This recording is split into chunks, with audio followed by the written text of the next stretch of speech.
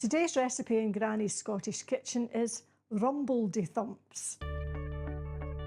The ingredients are fairly simple. It's 1 small cabbage, about 1 pound of potatoes, 500 grams.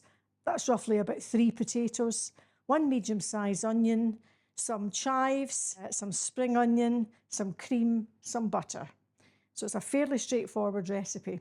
First of all, I'm going to steam those potatoes, which I have actually done earlier, and I'm going to chop the cabbage and steam that as well, and then it all just gets blended together. Fry the onions in the little butter.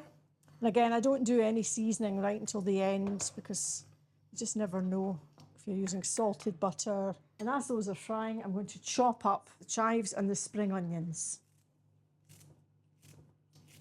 These just add a nice colour along with the cabbage.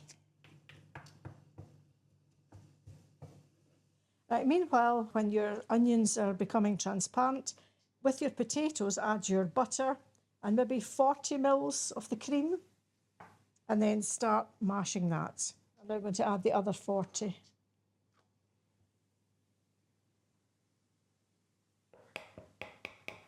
So once you've got your potatoes mashed, by this time, hopefully, your onions are fairly transparent.